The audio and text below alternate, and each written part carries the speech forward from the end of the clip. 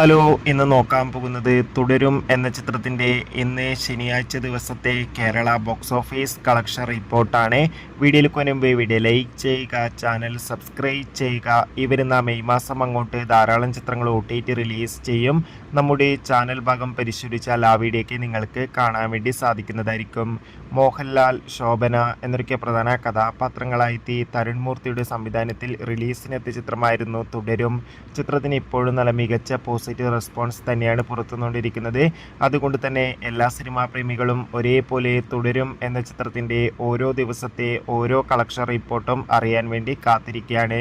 ഇന്ന് ശനിയാഴ്ച ദിവസം ആയതുകൊണ്ട് തന്നെ തുടരും എന്ന ചിത്രത്തിന് മികച്ചൊരു ബുക്കിംഗ് ആണ് കേരളത്തിലെ വിവിധ തിയേറ്ററുകളിലും നടക്കുന്നത്. അതുകൊണ്ട് തന്നെ ഇന്നും ചിത്രത്തിന് കേരളത്തിൽ നിന്ന് ഏകദേശം 2 കോടിക്കടുത്ത് വരെ കളക്ഷൻ നേടിയെടുക്കാൻ വേണ്ടി സാധിക്കുമെന്നാണ് ട്രാക്കിംഗ് റിപ്പോർട്ടുകൾ സൂചിപ്പിക്കുന്നത്.